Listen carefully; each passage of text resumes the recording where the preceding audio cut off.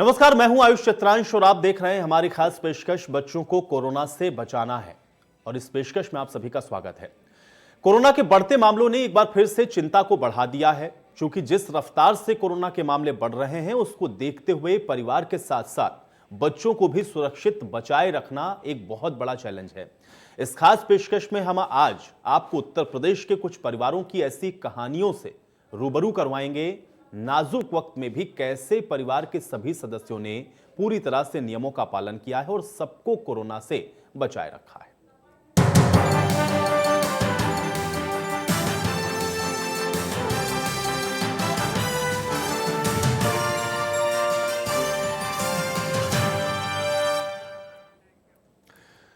तो जरा सोचिए, अगर आपको कोरोना हो जाए तो सबसे बड़ी चुनौती आती है परिवार को संक्रमण से कैसे बचाया जाए, क्योंकि जरा सी भी लापरवाही पूरे परिवार पर भारी पड़ती है।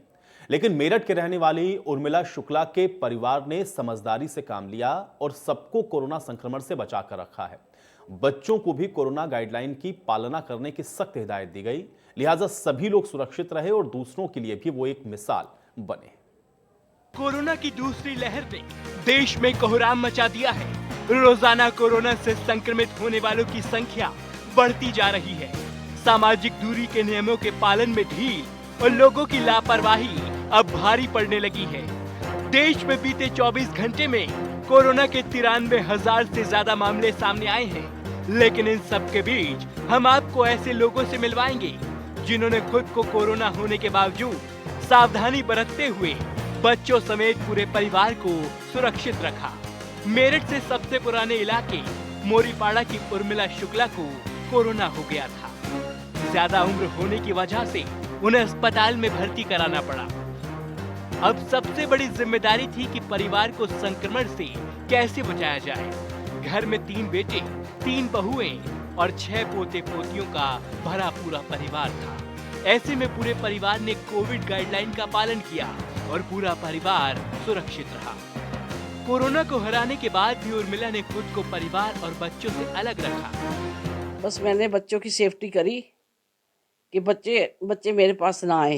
अच्छा। नहीं तो बच्चों को भी हो जाएगा। मैंने बहू से कह दिया था कि बच्चों को दूर लेके जाओ, ऊपर सुआओ। अच्छा। तो बच्चे मेरे पास नहीं आते थे। अच्छा। और जब आप इलाज करा के आ गई थी फिर कैसे किया था? फिर मैं तो जब भी मैंने बहू से कह दिया था, मैं ठीक होके आ गई, तो मैंने बहू से कह दिया कि बच्चे मेरे पास ना आए। परिवार में एक शख्स को कोरोना होने के बाद बाकी परिवार के सदस्यों को महामारी से बचाए रखना एक चुनौती थी। ऐसे में बहू पूजा शुक्ला ने पूरे परिवार की जिम्मेदारी संभाली। एक जेठानी, एक देवरानी और उनके बच्चों को अलग अलग रखा। सब्जियां गर्म पानी में भिगोकर और सुखाकर बनाई जाती थी। घर में सभी सदस्य मास्क पहनकर रहते थे। सास उर्मिला जब अस्पताल से घर लौटी तो उन्हें एक कमरे तक सीमित रखा ताकि संक्रमण की गुंजाइश न रहे। बिना मास्क के उन्हें न खाने दिया जाता था और न पानी पीने दिया जाता था। एक्चुअली हमारे स्कूल के पास में कोरोना टेस्ट हो रहा था, तो फिर हम लोगों ने भी कोरोना टेस्ट करा लिया, क्योंकि बहुत नियर में ही कोरोना के काफ़ी निकले थे मरीज, तो हम लोगों ने भी कराया था। वैसे ऐसा कुछ सिम्टम्स नहीं थे, फिर भी हम लोगों ने तीनों ने, हम देवरानी जिठानी है तीनों और हमारी मम्मी, हम चारों ने जाके कोरोना टेस्ट कराया, जिसमें कि हम तीनों का तो नेगेटिव आया। हमारी जो मम्मी हैं उनका पॉजिटिव आ गया था। तो 3 दिन बाद फिर कॉल आती है कि इन्हें लेके जाना पड़ेगा, पॉजिटिव है इनका। अब आपको मिलवाते हैं झांसी के तलैया मोहल्ले के रहने वाले प्रीतम सिंह के परिवार से। प्रीतम सिंह का पूरा परिवार ही कोरोना संक्रमित हो गया था, जिसमें उनका 4 साल का बेटा भी शामिल था। मुसीबतें तमाम थी, लेकिन परिवार घबराया नहीं और समझदारी से काम लिया। लिहाजा कोरोना से जंग जीतने में प्रीतम सिंह का परिवार कामयाब रहा। समय तो बहुत खराब बीता था और मदद दूसरों से मिली है, और हम तो यही चाहते हैं कि सब अपने बच्चों को ध्यान रखें और इस महामारी से थोड़ा दूर रखें, बच्चों का ध्यान विशेष तौर पर रखें।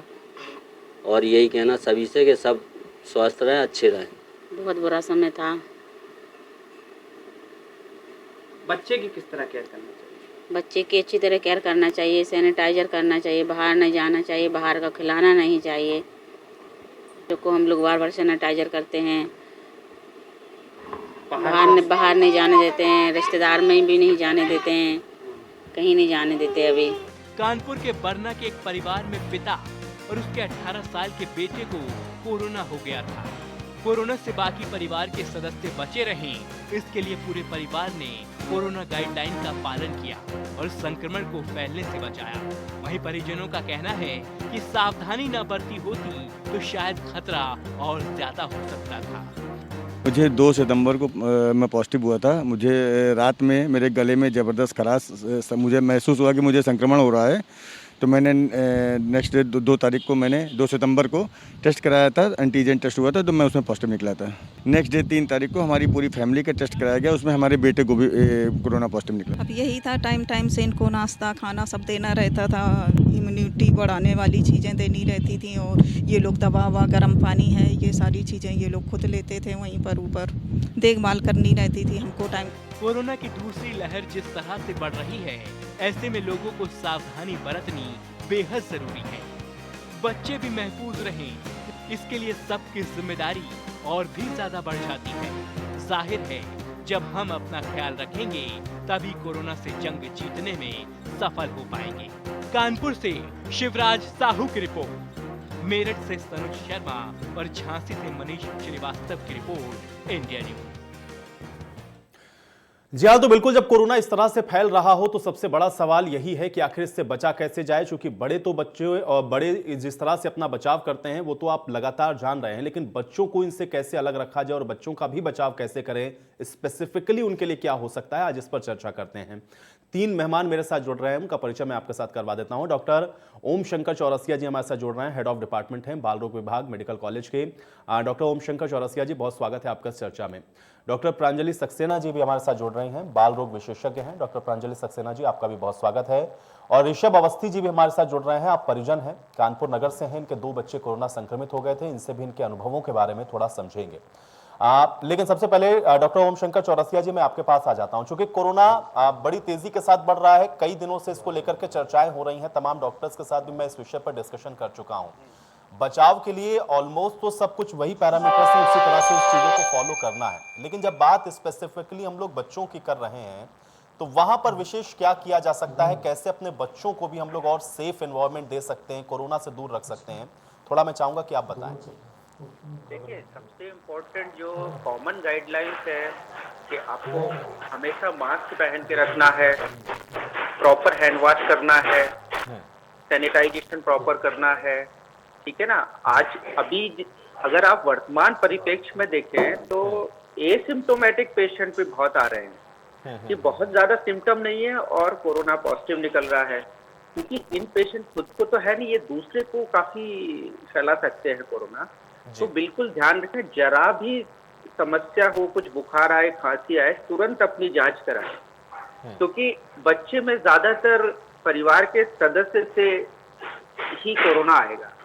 बस बच्चों के लिए बारे में कुछ स्पेसिफिक ये है कि बच्चे बड़े बूढ़ों की तरह बहुत ज्यादा सीवियर डिसीज वाले नहीं आ रहे हैं। यदि मैं पिछले साल का अपना ड्यूटीज का आंकड़ा देखूं तो मोस्ट ऑफ द 100% बच्चे हमने डिस्चार्ज किए थे, कम से कम 15-16 न्यूबॉर्न थे।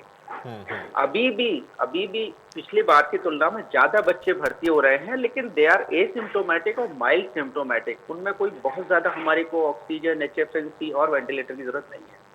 बस प्रॉपर इम्पोर्टेंट बात यह है कि बच्चे को सुरक्षित रखें, पूरा मास्क में रखें। अगर घर में जरा भी किसी सदस्य का अंदेशा है कि इसको खांसी जुकाम हो, तुरंत जांच कराएं। वही एक उपाय, बिल्कुल डरे मत कि मेरे को कोरोना पॉजिटिव हो जाएगा, अलग हो जाऊंगा, ये हो जाऊंगा। ये सबसे इम्पोर्टेंट है कि घबराएं बिल्कुल नहीं, ना। बिल्कुल।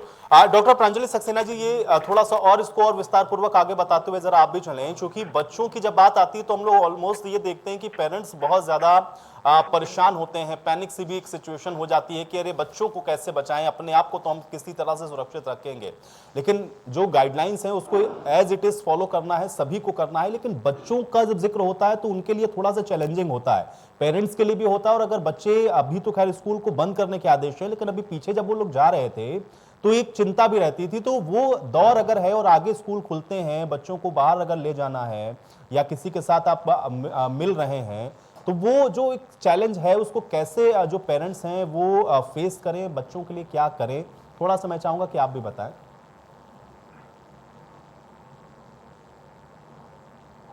नमस्कार। बिल्कुल सही कहा आपने कि बच्चों के मामले में ये बहुत ही चैलेंजिंग सिनेरियो है, बच्चों के लिए भी, पेरेंट्स के लिए भी, क्योंकि बच्चों के मामला आता है तो चीजें बहुत डिफरेंट हो जाती हैं एडल्ट से। लेकिन बच्चों में जो प्रिकॉशन रखने हैं वो भी वही सेम प्रिकॉशंस रखने हैं जैसे कि एडल्ट में रखने हैं। जैसे कि नंबर 1 सोशल डिस्टेंसिंग, बच्चों के केस में भी इसको फॉलो करना है।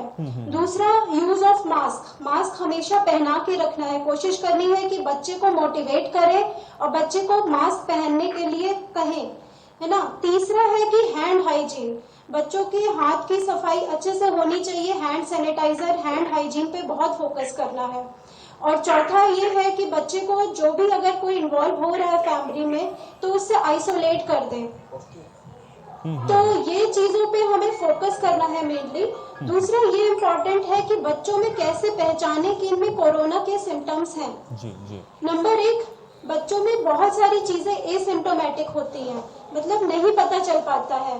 अगर सिम्टम्स आ भी रहे हैं कोरोना के, जैसे इस बार की वेव में देखा गया है कि बच्चों का इन्वॉल्वमेंट ज्यादा हो रहा है पिछली बार के कंपैरिजन में, तो जो बच्चों में इन्वॉल्वमेंट हो रहा है तो हमें ये पता होना चाहिए कि बच्चों में सिम्टम्स मेनली क्या आ रहे हैं। जैसे कि फीवर एक कॉमन सिम्टम है, फीवर का आना, फटीग हो जाना, बहुत ज्यादा बॉडी एक होना, बच्चे का लेथार्जिक हो जाना, गले का इन्वॉल्वमेंट यानी कि सोर थ्रोट हो जाना, ठीक है, रेस्पिरेटरी सिम्टम्स यानी कि कोल्ड, स्टफीनेस ऑफ नोज और एकदम से नोज का स्मेल सेंसेशन का लॉस हो जाना। इसके साथ साथ बच्चों में जो और अलग सिम्टम देखे जा रहे हैं वो है डायरिया का हो जाना, उल्टियों का होना। तो हमें आइडिया होना चाहिए कि बच्चों में अलग सिम्टम्स क्या हो रहे हैं। अगर हमें ये आइडिया रहेगा कि बच्चों में क्या सिम्टम्स अलग हो रहे हैं तो हम उसके अकॉर्डिंगली एक्ट करेंगे। तो मेरा यही कहना है कि बच्चों में सारे प्रिकॉशंस लें, बच्चों को आउटडोर एक्टिविटीज से थोड़ा सा रेस्ट्रिक्ट करें, बाहर ग्राउंड्स में बच्चे ना खेलें, ठीक है, बहुत ज्यादा ग्रुप्स में ना खेलें, बहुत सारे बच्चे इकट्ठा होके ना खेलें, पार्क में, मॉल में, इन सब जगह अवॉइड करें बच्चों को ले जाना। बच्चों को इंडोर एक्टिविटी में ज्यादा इन्वॉल्व करना है और साथ में यही सारे प्रिकॉशंस मेनली लेने हैं, जैसे कि मास्क, हैंड हाइजीन, कफ हाइजीन, इन सबको बहुत फोकस करना है। साथ में बच्चे का न्यूट्रिशन भी अच्छे से हमें मेंटेन करके रखना है इम्यूनिटी के लिए। तो अगर सिम्टम बच्चे में जैसे आ रहे हैं तो बच्चे में टेस्ट कराने से आप झिझके नहीं, ठीक है, डॉक्टर को तुरंत कंसल्ट करें, उसमें डिले नहीं करें। तो अभी तो मेरा यही कहना है बच्चे के बारे में। ऋषभ जी भी हमारे साथ जुड़े हुए हैं। ऋषभ जी, आप भी अपना जरा अनुभव बताएं, क्योंकि आपके 2 बच्चे, जो जानकारी मुझे दी गई है कि कोरोना पॉजिटिव हो गए थे, वो दौर कैसा था, थोड़ा सा उस विषय में हमको बताएं और कैसे आपने संभाला उस सिचुएशन को, कैसे क्या प्रिकॉशंस आप लोगों ने लिए। मैं चाह रहा हूं कि थोड़ा सा इसको बताते चलें। सबसे पहले तो नमस्कार आप सभी को जी। मैं पहली बात तो ये बताना चाहूँगा, मैं कानपुर में सबसे पहला डोनर भी था और मुझे भी पॉजिटिव हो गया था, मैं भी पॉजिटिव था जी जी।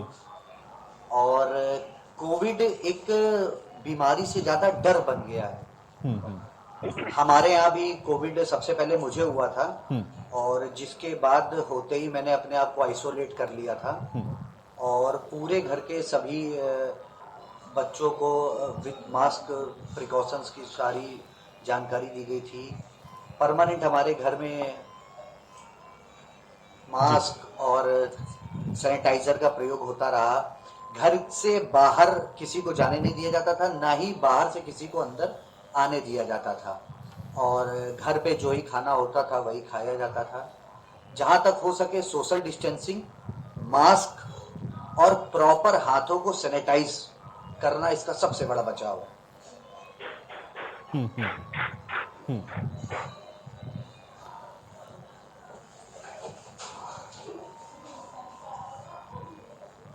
ऋषभ जी, कुछ और बता सकते हैं और उस दौर के अंदर आपने कैसे अपने बच्चों को जो है बचाया इन सारी चीजों से, और जब वो फेज था, उस फेज में जब आप लोग गुजर रहे थे तो चैलेंजेस क्या थे आप लोगों के सामने? सबसे पहले तो वो बहुत भयानक फेज था।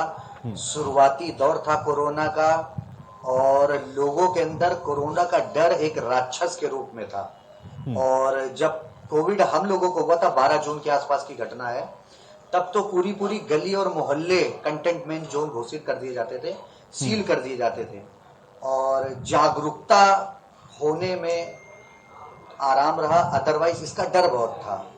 और अपने बच्चों को प्रॉपर दूर रखना पड़ता था, समय समय पर उनका बुखार चेक किया जाता था, जो एक मशीन आती थर्मल वाली, मास्क हर 8 घंटे में चेंज करना पड़ता था। उनको खुद के काम करने के लिए सिखाया गया कि कैसे आप खुद आइसोलेट रहते हुए अपने काम कर सको। और चूंकि बच्चों के अंदर डर बहुत रहता है इस चीज का, तो उनको समझाते हुए कि आपको कुछ नहीं हुआ है, कुछ छोटे से जम्स हैं जिस वजह से आप गंदे हो, और कुछ दिनों के बाद आप सबसे मिल सकोगे। और इसी तरह हंसते खेलते दूर से समझाते हुए कोविड से हम लोगों ने जीत ली।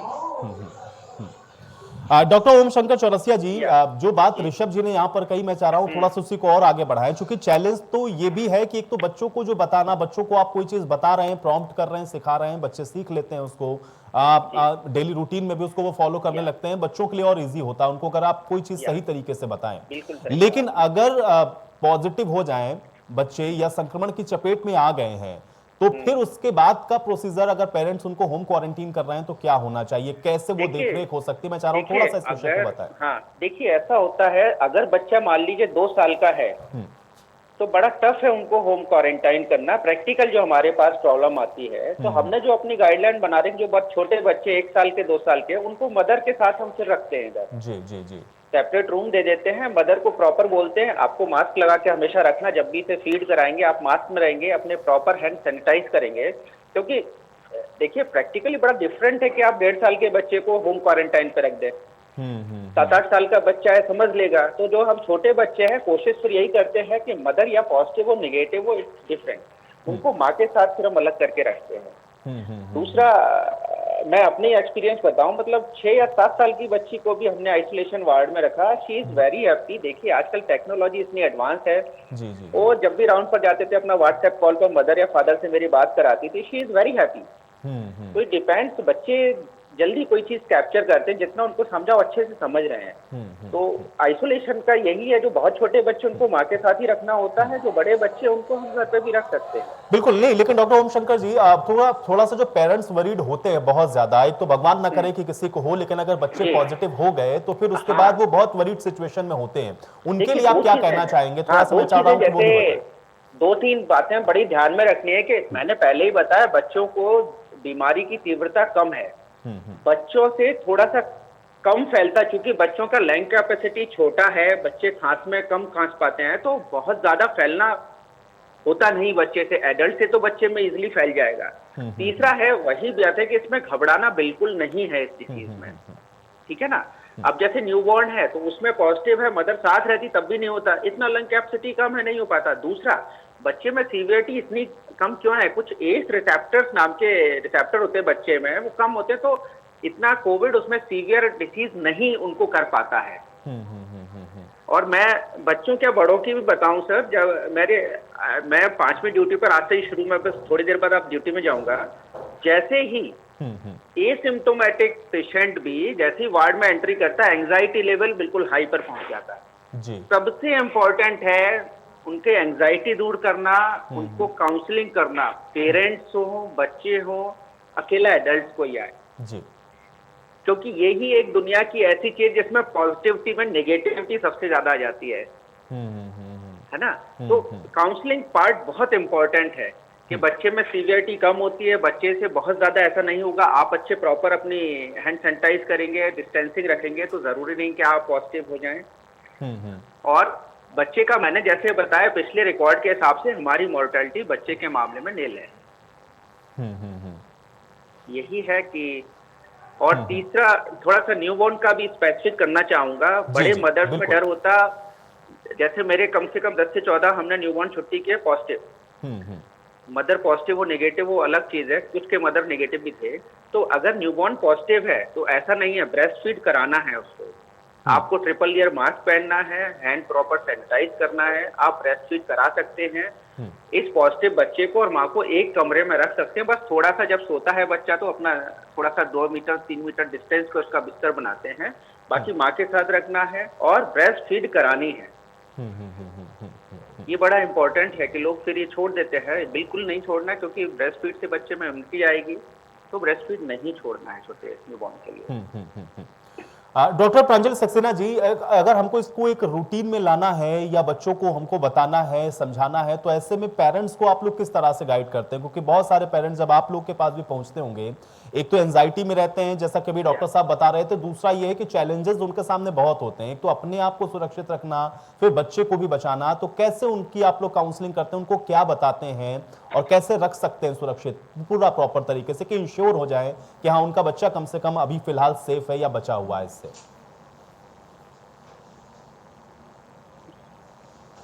बिल्कुल, बहुत ज़रूरी है कि पेरेंट्स की काउंसलिंग करना, पेरेंट्स का एंजाइटी लेवल कम करना। अगर पेरेंट्स का हम एंजाइटी लेवल कम करेंगे तो बच्चे का एंजाइटी इतना ज़्यादा नहीं होगा। तो सबसे पहले तो इम्पोर्टेंट ये है कि पेरेंट्स की काउंसलिंग करना। दूसरा, पेरेंट्स को, अगर पेरेंट्स इन्वॉल्व है तो पेरेंट्स को ये इम्पोर्टेंट है बताना कि वो कैसे कफ हाइजीन फॉलो करें। पेरेंट्स को बराबर से 3 लेयर मास्क पहन के रखना है बच्चे के साथ। जैसे कि सर ने भी बताया कि हमें ब्रेस्ट फीडिंग को नहीं रोकना है अगर छोटा बच्चा है तो, लेकिन ब्रेस्ट फीडिंग के साथ साथ मदर को ये बताना है कि आप 3 लेयर मास्क पहन के रखें, ठीक है, और अपना हैंड हाइजीन मेंटेन करके रखें, हैंड सैनिटाइजर का यूज करते रहें, ठीक है। बच्चे को आपके ड्रॉपलेट से एक्सपोजर ना हो, आपके कफ या स्नीजिंग के ड्रॉपलेट से ज्यादा एक्सपोजर ना हो, तो बच्चों में इस तरीके के प्रिकॉशंस लेने हैं। दूसरे, बच्चों को सिखाना है कि आप कैसे मास्क, अगर बच्चा बड़ा है तो बच्चे को बताना है कि आपको मास्क का यूज करते रहना है, बार बार हैंड सैनिटाइज करते रहना है, हैंड वॉशिंग करते रहना है और अपने हाइड्रेशन का ध्यान रखना है। बच्चे को पानी खूब सारा पीने के लिए एनकरेज करते रहना है कि हाइड्रेशन अच्छा रखे, न्यूट्रिशन अच्छा रखे बच्चा। तो इन चीजों को हमें फोकस करते रहना है बच्चे के केस में। साथ में हमें कुछ मॉनिटरिंग भी हम एडवाइस करते हैं पेरेंट्स को, जैसे कि टेम्परेचर मॉनिटरिंग। तो पेरेंट्स को एडवाइस करते हैं कि घर पे डिजिटल थर्मोमीटर से बच्चे का टेम्परेचर मेजर करते रहें। अगर फीवर बढ़ता है तो पैरासीटामोल प्लेन लें और ज्यादा फिर डॉक्टर को कंसल्ट कर ले, अपना सेल्फ मेडिकेशन ना करें उन केसेस में। दूसरा, बच्चों के केसेस में भी हम सैचुरेशन मॉनिटर कर सकते हैं। जैसे हम बड़ों के केसेस में सैचुरेशन मॉनिटर करते हैं, उसी तरह बच्चों के केसेस में भी हम पल्स ऑक्सीमीटर से सैचुरेशन मॉनिटर कर सकते हैं। साथ में हम पेरेंट्स को डेंजर साइंस बताते हैं कि क्या क्या डेंजर साइंस हैं जिन पे आपको तुरंत डॉक्टर को विजिट करना है। जैसे कि बहुत हाई ग्रेड फीवर आना, इतनी ज्यादा वॉमिटिंग होना कि बच्चा सुस्त पड़ जाए, बच्चा कुछ भी ना खाए, रिफ्यूजल टू फीड हो जाए, यूरिन कम करे बच्चा, ठीक है, बॉडी पे रैशेस हो जाए, या फिर बहुत एक्सेसिव रेस्पिरेटरी कंप्लेंट्स होने लगे, जैसे कि पसली चलने लगना, बहुत ज्यादा कफिंग होने लगना। तो ये सारे डेंजर साइंस पेरेंट्स को बता देते हैं कि ये ऐसा कुछ भी हो रहा है तो तुरंत आपको विजिट करना है डॉक्टर को। और साथ में मॉनिटरिंग करते रहना है सिम्टम्स की भी, टेम्परेचर की भी, सैचुरेशन की भी। तो इस तरह हम पेरेंट्स को गाइड करते हैं। साथ में हमें ये भी मोटिवेट करते हैं कि बच्चों के केसेस में चीजें इतनी सीवियर नहीं है, तो आप इतना ज्यादा घबराइए नहीं, है ना। और बच्चों के केसेस में आप अगर न्यूट्रिशन, हाइड्रेशन, इन सब पे फोकस करेंगे तो चीजें इतनी सीवियर नहीं होंगी और यूजुअली चीजें रिजॉल्व कर जाएंगी। ऋषभ जी, मुझे ये बताएं, चूंकि अभी आप पहले ये कह रहे थे कि जिस फेज में आपको हुआ कोरोना वो पहला दौर था और उस समय वाकई में बहुत ज्यादा एक तरीके से हम लोग देख रहे थे कि बिल्कुल भय का माहौल था, लोग बहुत ज्यादा परेशान हो रहे थे। अब उस फेज से इस फेज तक आते आते जब हम लोग एक बार देख रहे हैं कि बहुत कम हो गए केसेस और अब बहुत तेजी के साथ बढ़ रहे हैं, तो क्या आज भी आप लोग उन्हीं सारे रूल्स एंड रेगुलेशंस और वो जो सारी गाइडलाइंस उसका पालन वैसे ही कर रहे हैं, अपने बच्चों को भी वैसे ही करवा रहे हैं? सबसे पहले तो मैं आपको बताना चाहूँगा, हम आज भी अपने बच्चों को स्कूल नहीं भेज रहे हैं। जहाँ तक हो सकेगा ऑनलाइन क्लासेस ही दे रहे हैं। और अगर आप इस कैमरे को टर्न करेंगे तो देखेंगे हमारे मेन गेट के पास आज भी 2 सैनिटाइजर की बॉटल्स रखी हैं, एक हाइपोक्लोराइड एसिड का मिक्स केमिकल करके बॉटल रखी है, और उचित दूरी बनाकर ही हम लोग बाहरी लोगों से मिल रहे हैं। और कोई भी हमारे यहाँ आता है तो स्पेशली ये जो जिस रूम पे मैं आपसे बात कर रहा हूँ, ये गेट के पास ही बनाया गया है जी जी, वो स्पेशली ताकि कम से कम हम लोगों से मिल सकें। और सबसे बड़ी चीज ये किया था कि बच्चों को बहुत ही प्यार से समझाना है ताकि उनको डर ना लगे, और खेल खेल में उनको बताना है कि गेम्स खेले तो ऐसे खेले जिसमें दूरी बनी रहे, और बाहर निकलिए तो मास्क, कार्टून्स वाले मास्क वियर कराइए जिससे कि उनको अच्छा भी लगता है, और निंजा फाइटर बोलिए उनको, मतलब बच्चों को बच्चों की तरह समझा कर ही कोरोना से हम लोग दूरी बना सकते हैं। और तब ज्यादा डर था, ज्यादा समझदारी थी, अब मैं देख रहा हूं कि लोग डर नहीं रहे। अब कोरोना ज्यादा फैल रहा है पर उतना डर नहीं रहेगा, और ये बहुत ही चिंता का विषय है। इसके लिए आम पब्लिक को अवेयर होना पड़ेगा, जो कि हो नहीं रही। डॉक्टर ओम शंकर जी, देखिए जो बात ऋषभ जी कह रहे हैं, मैं इसको भी थोड़ा सा और आगे बढ़ाता हूं, क्योंकि ये कई हम लोगों ने, चूंकि हम लोग भी जब ग्राउंड पर फील्ड रिपोर्टिंग पर जाते हैं तो लोग मास्क जेब में रख के घूम रहे हैं, लगा नहीं रहे हैं, अलग अलग तरह के एक्सक्यूजेस देते हैं कि अभी मैं घर में भूल गया, या अभी मास्क लगाने से कुछ नहीं है, कोरोना नहीं। कुछ लोग तो डिनायल मोड में चले गए हैं। ऐसे समय में क्या एक बड़ा चैलेंज देख रहे हैं आप, क्योंकि लोगों को पता है एक पूरा साल लोगों ने गुजार दिया, और अब जब हम लोग पीक पर पहुंच रहे हैं तो लोग मानने को तैयार नहीं है, और ऐसे में फिर बच्चों को अगर हम इसके साथ में जोड़े तो क्या एक बड़ा चैलेंजिंग सा फेस है जिसमें हम लोग अभी इस समय गुजर रहे हैं? बिल्कुल, मैंने सर आपको जैसे ही कि बिल्कुल ऋषभ जी बिल्कुल सही बोल रहे हैं, लोगों में भय बिल्कुल खत्म हो गया है, और थोड़ा सा लोगों को ये होगा कि मेरे को कोरोना हो नहीं सकता। मैं आपको बता दूं कि आपको यदि कोरोना पहले हो चुका है तब भी हो सकता है दोबारा। और मास्क को प्रॉपर यूज करें। आज भी आप देखें, हर शहर के किसी भी आप मार्केट में चले जाएं, लोग वास्तव में नहीं डर रहे हैं, जो बहुत ही चिंता का विषय है। विषय इसलिए भी है कि अब हम जो देख रहे हैं कोरोना का, बहुत सारे लोगों में माइल्ड से सिम्टम है, वो तो जैसी जांच करा रहे तब पॉजिटिव आ रहे हैं। तो ये जिसको ये एसिम्टोमेटिक पॉजिटिव आ रहा है, ये अपने लिए तो कुछ नहीं, लेकिन ये दूसरों के लिए बहुत बड़े खतरे बन रहे हैं सर। इसलिए इतनी तेजी से फैल रहा है। पिछली बार तो वास्तव में लोगों में डर था, मतलब लोग डरे नहीं, लेकिन कम से कम इतना अलर्ट तो रहे कि बार बार हम लोग बोल रहे हैं मास्क लगाएं, प्रॉपर हैंड सैनिटाइज करें। मैं सर आज का ही बता दूं, इतनी तेजी से बढ़ रहा है कि हमारे पिछले 3 दिन में हमारे हॉस्पिटल में करीब 150 पेशेंट भर्ती हो चुके हैं, और लगातार भर्ती होने का सिलसिला जारी है। मैं अभी भी लोगों से अपील करूंगा, प्रॉपर मास्क लगाएं, हैंड सैनिटाइज करें, और यथासंभव जब भी कोई सिम्टम हो जांच कराएं, क्योंकि आपका ये सिम्टम, अगर आप एसिम्टोमेटिक है, माइल्ड सिम्टोमेटिक और पॉजिटिव, जो आपको पता नहीं, आपके घर में कोई वृद्ध है, कोई बच्चा है, उनको फिर खतरा आपसे बहुत ज्यादा है। तो साहस बनाए रखें, लेकिन इतना भी नहीं कि मेरे को हो नहीं सकता, मैं बहुत इम्यून हूँ। इवन अगर आपने वैक्सीन ले ली है तब भी आपको मास्क लगाना है, प्रॉपर प्रोटोकॉल फॉलो करना है। अदरवाइज की स्थिति में हम जैसे पिछले 3-4 दिनों में लगातार इतनी तेजी से केस बढ़ रहे हैं, तो बहुत ही हम लोगों के लिए तो चिंता का विषय है। आईसीयू लगभग जो बड़े शहर है वहाँ पूरे हो चुके हैं, फुल हो चुके हैं। तो मैं फिर अपील करूंगा लोगों से, बहुत अलर्ट होकर रहें। बिल्कुल। डॉक्टर ओम शंकर जी, 2 सवाल मैं और चाह रहा हूं कि आप बैक टू बैक मैं पूछ लेता हूं, आप उसका जवाब आराम से दीजिए। मुझे ये बताइए कि एक तो आपने ये कहा कि इस बार अभी जो केसेस हो रहे हैं उसमें ज्यादातर देखा गया है कि जो बच्चे हैं वो भी भारी संख्या में इन्फेक्ट हो रहे हैं। ये इसके पीछे क्या वजह है? इस फेज में हम लोग ये ऐसा क्यों देख रहे हैं कि बच्चे बहुत ज्यादा संख्या में हैं जो इन्फेक्ट हो रहे हैं? और दूसरा यह है, जब एसिम्प्टोमेटिक केस की आप बात कर रहे हैं तो फिर बच्चों के अंदर इस चीज को हम लोग कैसे आइडेंटिफाई करेंगे? क्योंकि बच्चे अगर बहुत छोटे हैं तो वो बता भी नहीं पाएंगे कि उनको क्या प्रॉब्लम हो रही है। तो ये दोनों ही चीजें मैं चाह रहा हूं उसको थोड़ा सा और विस्तार पूर्वक बताएं। इसमें 2 चीजें हैं।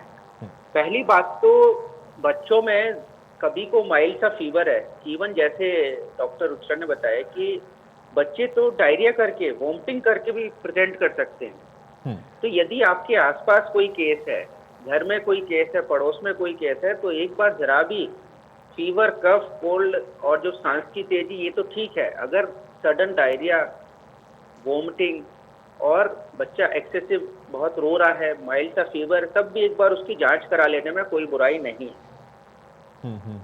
और मैंने कहा मतलब माइल्ड सिम्टम में भी आपके पास इतना इजी अवेलेबल है, कहीं भी जाके आप कोविड एंटीजन टेस्ट करा सकते हैं, तो बिल्कुल कराएं उसको।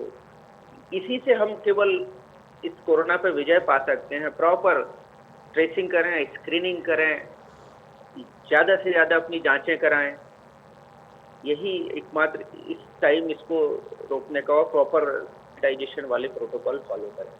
क्योंकि बच्चों में ना डिफरेंट कुछ अलग सिम्टम भी हो सकते हैं, केवल नोज ब्लॉक हो, जुकाम हो, माइल्ड सा डायरिया हो जाए, उसमें भी कोविड हो सकता है। क्योंकि बच्चों में सीवियर नहीं होता, इसलिए हमारे को बहुत ज्यादा उसमें ये नहीं होता है कि क्या करें, लेकिन वो बच्चा किसी दूसरे को भी कर सकता है ना, तो आपको तो मल्टी हर दिशा में उसको सोचना है कि कहाँ से कैसे कोविड जाएगा, कैसे से रखना है। डॉक्टर प्रांजल सक्सेना जी, मुझे ये बताएं, चूंकि बच्चे ज्यादा संख्या में अगर इन्फेक्ट हो रहे हैं तो इसके पीछे की क्या रीजन है? इस बार ऐसा क्यों हो रहा है कि बच्चों की भी एक बड़ी संख्या हम लोग देख रहे हैं? ये बात अलग है कि उनके अंदर माइल्ड सिम्टम्स हैं या वो बहुत ज्यादा क्रॉनिक नहीं है। दूसरा ये है कि आपने अभी 2 बार इस बात का जिक्र किया, जब मैंने आपसे सवाल पूछा, आपने कहा कि इम्यूनिटी पर हमको बहुत फोकस करना है, उनके लिए न्यूट्रिशियस वैल्यूज क्या हो सकती है उस पर हमको फोकस करना। तो थोड़ा उसको और विस्तार पूर्वक बताएं ताकि जो पेरेंट्स सुन रहे हैं उनके लिए ईजी हो, और बच्चे इन्फेक्ट क्यों हो रहे हैं ज्यादा, थोड़ा इसको भी क्लियर करें।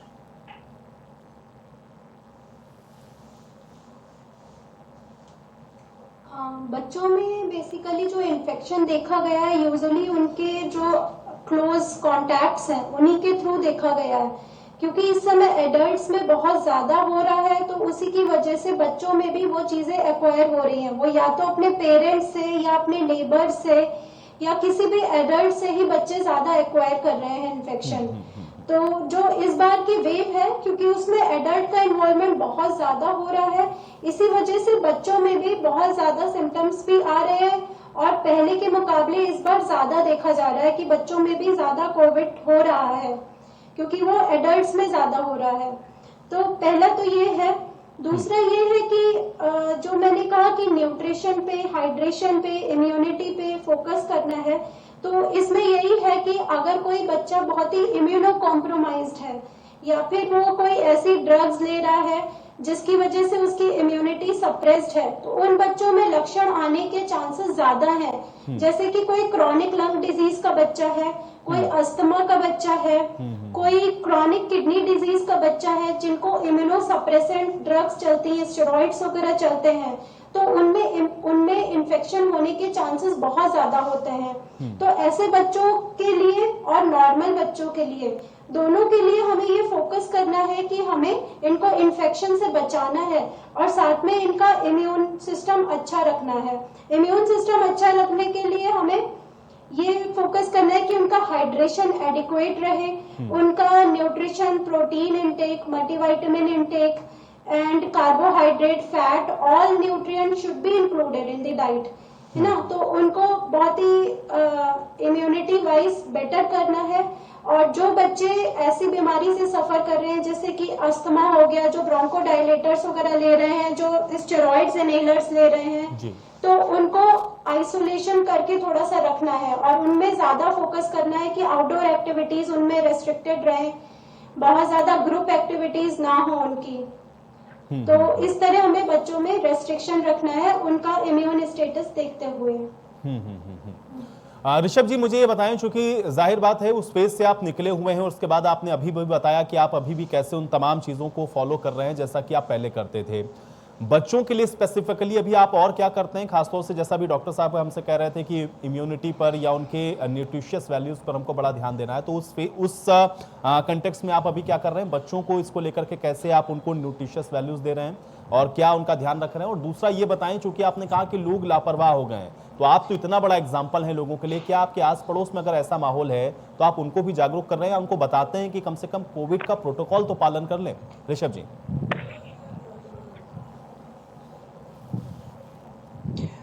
हम लोग बच्चों को रात में सोने से पहले गर्म दूध में थोड़ी सी हल्दी डालकर दे रहे हैं और सुबह सुबह पनीर, दही, काजू, बादाम, पिस्ता, जो भी हो सकता है अच्छे से अच्छा खान पान किया जा रहा है। खेलने के लिए कम देते हैं बाहर, बाहर नहीं खेलने देते, घरों की खिड़की छतों की बालकनियों पे सभी मोहल्ले के बच्चे खड़े हो जाते हैं और वही दूर से ही खेलते हैं।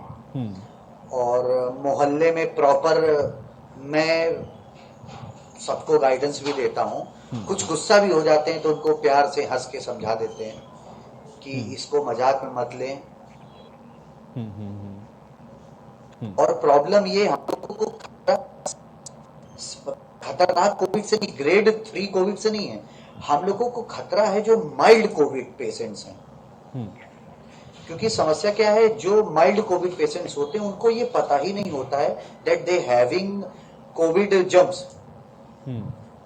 और कोविड होते हुए उनको पहली बात तो मुझे कोविड नहीं हो सकता है, उनके मन में ये रहती है और सभी लोगों से मिलते हैं और वो जरूर कोविड फैलाते हैं। तो मेरा सबसे निवेदन ये कि यदि आपको हल्की खांसी, जुकाम, बुखार, चक्कर आना, पलटी आना, दस्त आना, मैक्सिमम जितने भी सिम्टम्स होते हैं बीमारी के, वो सभी कोविड के कहीं ना कहीं आज की तारीख में सिम्टम्स बन चुके हैं। तो तत्काल आप जांच कराएं।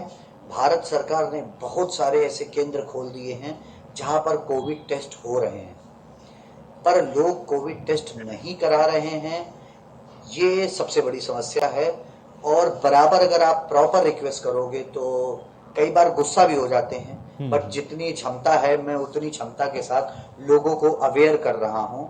और कई बार फेसबुक लाइव्स के माध्यम से भी लोगों को बताता हूं, क्योंकि जब मुझे कोविड हुआ था और गवर्नमेंट की फैसिलिटीज मिली थी मुझे, जिस वजह से मैं नेगेटिव हुआ, तो ही मैंने प्रण किया था कि मैं लोगों को इस बारे में अवेयर करूंगा।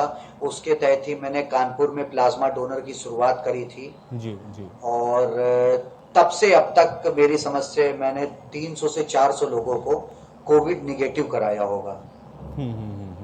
और प्रॉपर अभी भी लोगों को बीच बीच में समझाता रहता हूँ। बहुत से लोगों का ये कहना होता है कि कोविड कुछ नहीं, चुनाव जैसे आ जाता है वैसे कोविड आ जाता है। ये बिल्कुल झूठ है। अगर ऐसा होता तो खुद महाराष्ट्र की स्टेट गवर्नमेंट के स्टेट डॉक्टर्स ये मत बोलते। बहुत से गवर्नमेंट में, मोदी गवर्नमेंट नहीं है, वहां भी ये चल रहा है, तो इसका मतलब कोविड है। तो इसको पॉलिटिक्स से ना जोड़कर एक बीमारी के रूप में देखें और अवेयर रहें। फिर से बोलूंगा, मास्क, सैनिटाइजर और प्रॉपर डिस्टेंस, ये रामबाण है। 3 चीजें। किसी भी चीज को हाथ से मत छुएं, दरवाजा खोलना है पैर का प्रयोग करें, वॉश बेसन यूज करना है आप इससे टैप कर सकते हैं। मैक्सिमम ट्राई करिए हाथों को टच नहीं करना है। और किसी से भी बात करिए गैप में, अगर आप मास्क नहीं भी है तो एक गैप, कम से कम 6 फुट का गैप। बच्चों को एज अ कार्टून कैरेक्टर या एज अ ओल्ड स्टोरी, जैसे दादी माँ की कहानियां, उस तरह से उनको समझाया जा सकता है। चलिए, बहुत इनोवेटिव बात आप ऋषभ जी बता रहे हैं और मुझे लग रहा है कि जो लोग आपको सुन रहे होंगे ऋषभ जी, उनको थोड़ा समझ में आ रहा होगा कि कैसे इन सारी चीजों को वो लोग सही तरीके से बच्चों को बता सकते हैं। उमाशंकर चौरसिया जी, बिल्कुल फाइनल रिएक्शन की तरफ मैं बढ़ रहा हूं, क्योंकि मुझे चर्चा आप समाप्त करनी है। बिल्कुल फाइनली आप क्या कहना चाहते हैं, तो पेरेंट्स के लिए भी और खासतौर से वो सब जो इस समय आपको सुन रहे हैं कोविड की सेकेंड फेज के अंदर आते आते, जब हाइक पर हम लोग देख रहे हैं कि केसेस पहुंच रहे हैं, वही बातें जो सभी बोल रहे हैं, बार बार मास्क का उपयोग करें, सैनिटाइजर का उपयोग करें और सबसे इम्पोर्टेंट घबराएं नहीं। मेरे पास रोज 2-4 फोन आते हैं, वो डर के मारे जांच नहीं करा रहे। बिल्कुल कोई ऐसी बीमारी नहीं, कोशिश यही है, बिल्कुल घबराएं नहीं। दिमाग, सभी लोग, गवर्नमेंट भी, डॉक्टर्स भी, सारे स्टाफ, सब आपके सहयोग के लिए हैं। बिल्कुल इस बीमारी से घबराएं नहीं, डटकर मुकाबला करें, लेकिन प्रॉपर प्रोटोकॉल फॉलो करें और एक जिम्मेदार नागरिक बने। खुद भी मास्क पहने और दूसरे को भी अगर नहीं पहनता है तो उसे टोकें मास्क के लिए। ज्यादा भीड़ ना करें, बच्चों को भीड़ में ना ले जाएं, शॉपिंग मॉल वगैरह बाहर तो अब बाजार बिल्कुल मिनिमम, वास्तव में जब बहुत ही जरूरत है तभी निकले अब बाहर। और स्पेशली छोटे बच्चों को जो मास्क लगा सकते हैं उनको मास्क पहना कर ले जाए, और जो बहुत ज्यादा छोटे बच्चे हैं मेरे ख्याल में उनको अभी इस माहौल में बाहर ना ही निकालें, कोई फंक्शन में ना जाएं, ट्रैवल बिल्कुल मिनिमम, बहुत ही अर्जेंट हो तब करें। अन्यथा ना करें। अदरवाइज काफी कंडीशंस जैसा कि देख रहे हैं बिगड़ भी सकती हैं, तो बिल्कुल घबराएं नहीं और सारे प्रोटोकॉल को फॉलो करें। डॉक्टर प्रांजल सक्सेना जी, एक फाइनल रिएक्शन आपका पेरेंट्स के लिए और खासतौर से इस कोविड को लेकर।